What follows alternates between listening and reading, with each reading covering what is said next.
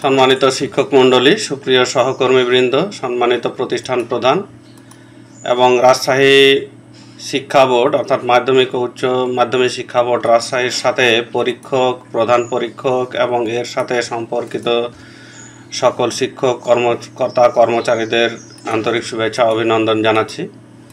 আজকে যে বিষয়টা নিয়ে কথা বলবো সেটা হচ্ছে যে এসএসসি ও এইচএসসি পরীক্ষক যারা আছেন বা প্রধান পরীক্ষক যারা আছেন বা এর সাথে সম্পর্কিত যারা আছেন তাদের বোর্ডের যে খাতাগুলো দেখতে হয় বা সেই খাতাগুলো থেকে যে পারিশ্রমিক দেওয়া হয় সেই পারিশ্রমিক আমরা ব্যাংক অ্যাকাউন্টের মাধ্যমে পাওয়ার জন্য একটা নির্দেশনা দিয়েছে।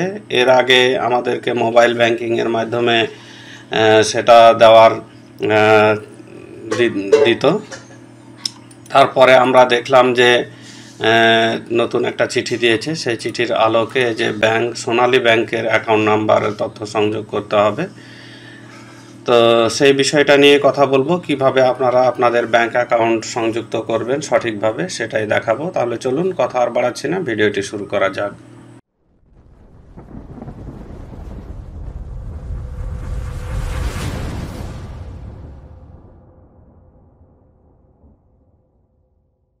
তো ছোট একটা ইন্ট্রোর পরে স্ক্রিনে আসলাম। প্রথমে আমরা সেই কাজটি করার জন্য আমাদের একটা ব্রাউজার ওপেন করব। ব্রাউজার ওপেন করে সার্চ বারে বা অ্যাড্রেস বারে আমরা লিখব মাধ্যমিক ও উচ্চ মাধ্যমিক শিক্ষা বোর্ড রাজশাহীর ওয়েবসাইট। সেখানে ক্লিক করার পরে আমরা চলে আসব এরকম একটা হোম পেজে। এটা হচ্ছে মাধ্যমিক ও উচ্চ মাধ্যমিক শিক্ষা বোর্ড রাজশাহীর অফিসিয়াল ওয়েবসাইট। তো এখান থেকে সেই চিঠিটা যদি একটু দেখি তাহলে এখানে আমরা দেখতে পাচ্ছি যে শিক্ষকগণের তথ্য হালনাগাদকরণ প্রসঙ্গে। তো এটাতে ক্লিক করব। ক্লিক করার পর চিঠিটা আমাদের সামনে ওপেন হবে বা আমরা ডাউনলোড করে প্রিন্ট করতেও পারবো। এখানে বলা হচ্ছে যে সকল শিক্ষা প্রতিষ্ঠানের শিক্ষকগণের অবগতির জন্য নির্দেশক্রমে জানানো যাচ্ছে যে যারা এসএসসি ও এইচএসসি পরীক্ষক, প্রধান পরীক্ষক আছেন বা হবেন তাদের পারিশ্রমিক বা সম্মানী সঠিক উপায় নির্ভুলভাবে প্রাপ্তির নিমিত্তে অনলাইনে সোনালী ব্যাংকের অনলাইন নম্বর 13 সংখ্যা বিশিষ্ট দিয়ে আপডেট করতে হবে। উল্লেখিত সংশ্লিষ্ট শিক্ষকগণকে আগামী 15/9 থেকে 31/9 তারিখের মধ্যে সেটা আপডেট করতে হবে। এই সময়ে যদি যারা শিক্ষক নতুন আছেন তাদেরকেও এই ধারাবাহিকতা অনুসারে নিবন্ধন করতে হবে।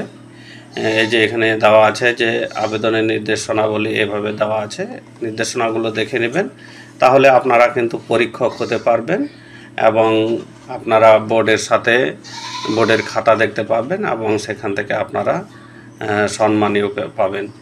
তো এই চিঠির আলোকে আমরা আমাদের তথ্যগুলো কিভাবে আপডেট করব সেটা আমি আপনাদেরকে দেখাই। এখান থেকে এই যে 2 নম্বরের যে মেনু আছে পরীক্ষকের 4টা অপশন আছে। এখান থেকে আমরা তথ্য সংযোগ অপশনে একটা ক্লিক করব। তথ্য সংযোগ অপশনে ক্লিক করলে এরকম একটা অপশন আসবে। এখানে লগইন রোল থাকবে এবং ইআইএন নম্বর, পাসওয়ার্ড।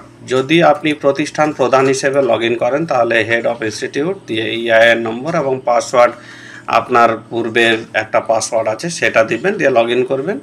আর যদি আপনি টিচার হিসেবে করতে চান তাহলে এখানে টিচারে ক্লিক করবেন এবং আপনার পূর্বে নিবন্ধনকৃত মোবাইল নাম্বার এবং পাসওয়ার্ডটি দিবেন। দেওয়ার পরে আপনি লগইন করবেন। তো আমি এখানে লগইন করলাম। লগইন করার পরে এটা হলো আমার প্রোফাইল। এখানে 2টা মেনু পাচ্ছি আমরা, একটা হচ্ছে টিচার্স ইনফরমেশান আর একটি হচ্ছে টিচার ডিটেলস। তো এটা হচ্ছে আমার টিচার ডিটেলস বা আমার ডিটেলস। এখন এখানে টিচার ইনফরমেশানে ক্লিক করব সংশোধন করার জন্য। তো আপনারা আপনাদের ডিটেলসগুলো এখানে দেখতে পাবেন। এখানে এক্সামিনার টাইপ আপনি দেখতে পাবেন, সেটা কোন পরীক্ষক হতে চান বিষয়ের সেটাও এখানে দেওয়া আছে। তারপরে নিচের দিকে আসব, যেহেতু আমরা ব্যাংকের তথ্য আপডেট করতে চাই। এখানে এই যে এখানে দেখেন, এখানে আমার সোনালী ব্যাংক অ্যাকাউন্ট ডিটেলস এখানে দেওয়া আছে। অবশ্যই এখানে 13 ডিজিটের হতে হবে, কারণ 13 ডিজিট না হলে কিন্তু ব্যাংকে টাকাটা ট্রান্সফার হবে না, কারণ 13 ডিজিট হচ্ছে অনলাইন ব্যাংক অ্যাকাউন্ট নাম্বার। এখানে সেই নাম্বারটা সঠিকভাবে আপনারা বসিয়ে দিবেন, তারপরে ব্রাঞ্চ নেম এখানে লিখে দিবেন। তারপরে নিচের যে অপশন আছে এই সেভ অপশনে ক্লিক করবেন।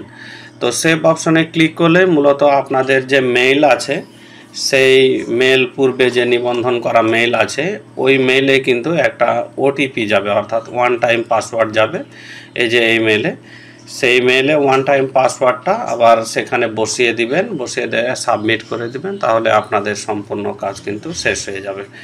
তো এই ছিল আমাদের আজকের এই ভিডিওটি। আপনারা এইভাবে মূলত আপনাদের সোনালী ব্যাংকের তথ্যটা আপডেট করে নিতে পারবেন। তো আপনারা সবাই ভালো থাকবেন, সুস্থ থাকবেন। ভিডিওটি ভালো লাগলে অবশ্যই লাইক করবেন এবং চ্যানেলটা সাবস্ক্রাইব করে পাশের বেল আইকনটি প্রেস করে রাখবেন পরবর্তী নোটিফিকেশান বা পরবর্তী আপডেট ভিডিও পাওয়ার জন্য। তো আপনারা সবাই ভালো থাকেন, সুস্থ থাকেন। আজকের মতো এখানে বিদায় নিচ্ছি। ধন্যবাদ সবাইকে।